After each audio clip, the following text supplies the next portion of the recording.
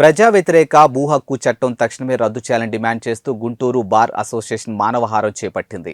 గత కొంతకాలంగా భూ హక్కు చట్టాన్ని రద్దు చేయాలని న్యాయవాదులు జిల్లా కోర్టు వద్ద రీలే నిరాహార దీక్ష నిర్వహిస్తున్న సంగతి తెలిసిందే. ఈ నేపథ్యంలో వివిధ పార్టీల నాయకులు, ప్రజా సంఘాలు వీరికి సంఘీభావం ప్రకటించాయి. అనంతరం బార్ అసోసియేషన్ అధ్యక్షులు సురేష్ మాట్లాడుతూ ఈ చట్టం ద్వారా ప్రజలు నష్టపోతారని చెప్పారు. ఇక న్యాయస్థానాలు చేయాల్సినటువంటి పన్నులను రెవెన్యూ వారికి అప్పగించడం సరికాదని అన్నారు.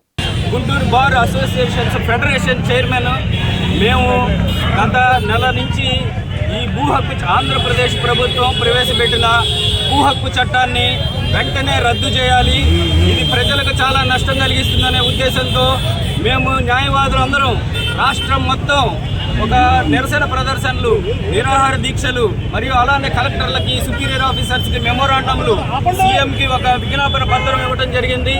దీనిలో భాగంగా జనసేన అధినేత పవన్ కళ్యాణ్ గారిని కలిశాము. ఆయన మాకు అపాయింట్మెంట్ ఇచ్చి ఈ భూ హక్కు చట్టం గురించి జరిగే నష్టాలు విని ఆయన మాకు సహాయం చేసి భుజం కలిపి పోరాడటానికి సిద్ధమని చెప్పారు. అలానే మేము వివిధ సంఘాల ప్రజా నాయకులతో, రాజకీయ నాయకులతో, ప్రజా సంఘాలతో, అన్ని వామపక్షాలతో కలిపి మేము ఈ రోజున ఒక ఉద్యమంలో భాగంగా మానవహారం ఏర్పాటు చేయాలనుకున్నాం.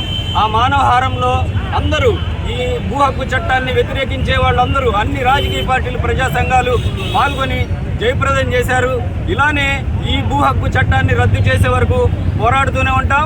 ఇది ప్రజలకు చాలా నష్టం కలిగించేది. న్యాయమూర్తులకు ఉన్న అధికారులకు ఇవ్వటం వలన రెవెన్యూ అధికారులే న్యాయమూర్తులు అవుతారు. వాళ్ళు ఇచ్చిందే తీర్పు అవుతుంది.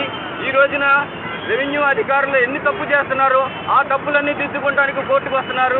అలాంటి న్యాయమూర్తులు చెప్పే తీర్పుల్ని కాదని రెవెన్యూ అధికారులకే ఈ తీర్పులన్నీ ఇవ్వటం వల్ల ప్రజలకు, భూమి ఉన్న ప్రజలకు అందరికీ నష్టం కలిగిస్తుందని తెలియజేస్తున్నాం.